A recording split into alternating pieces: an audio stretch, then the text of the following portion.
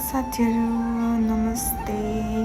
यो चाहिँ बुढाको कोसेली म चाहिँ बिहान बिहान खोल्न लागेको छु। बेलुका चाहिँ यतिकै नखोलिकन सुत्यौँ नहेरिकन अलिअलि हेरेर। अनि बिहान चाहिँ मैले यो भिडियो बनाएको थिएँ। अनि यस्तो धेरै यसरी ल्याउँछ हो मेरो लाउरीले त। अनि हजुरहरूको लाउरीहरूले कसरी कोसेली ल्याउँछ। अनि मलाई मेरो फेभरेट ब्रान्डको एडिडासको मलाई सुज पनि ल्याइदिनु भएको रहेछ।